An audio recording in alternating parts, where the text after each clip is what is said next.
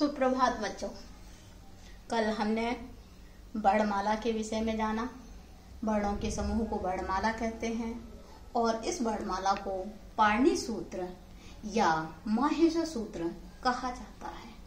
आज के अध्ययन में हम वर्णों के प्रकार के विषय में जानेंगे कि वर्ण दो प्रकार के होते हैं, स्वर वर्ण और व्यंजन वर्ण।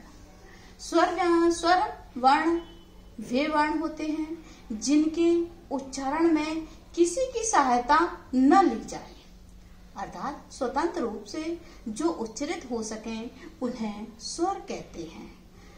संस्कृत में स्वर को अच भी कहा जाता है और संस्कृत की वर्णमाला में स्वरों की स्वर वर्ण हैं 9। अब है स्वर के प्रकार।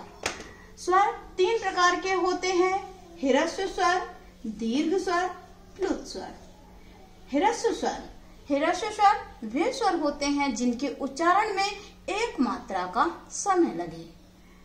वे वर्ण है अ, इ, उ, रे। दूसरा दीर्घ स्वर, जिसके उच्चारण करने में 2 मात्राओं का समय लगे, उन्हें दीर्घ स्वर कहते हैं।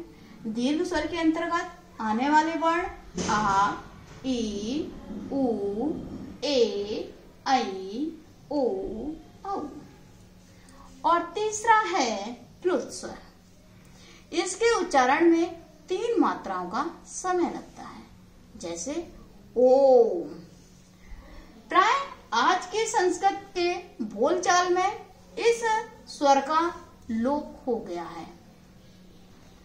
वैदिक समय में इस स्वर का अत्यंत रूप से प्रयोग होता था। अब दूसरा प्रकार है व्यंजन के। वे व्यंजन जिनके उच्चारण में स्वर की सहायता से बोले जाएं, अर्थात ये स्वतंत्र नहीं है, ये आश्रित हैं और ये स्वर के माध्यम से बोले जाते हैं। इनके 4 प्रकार हैं, स्वर व्यंजन, स्पर्श व्यंजन, अंतस्थ व्यंजन, ऊष्म व्यंजन और संयुक्त व्यंजन। अब हम कल इन व्यंजन के विस्तृत रूप का अध्ययन करेंगे और आज का जो गृह कार्य है वह हम PDF के माध्यम से आपको भेज देंगे। धन्यवाद।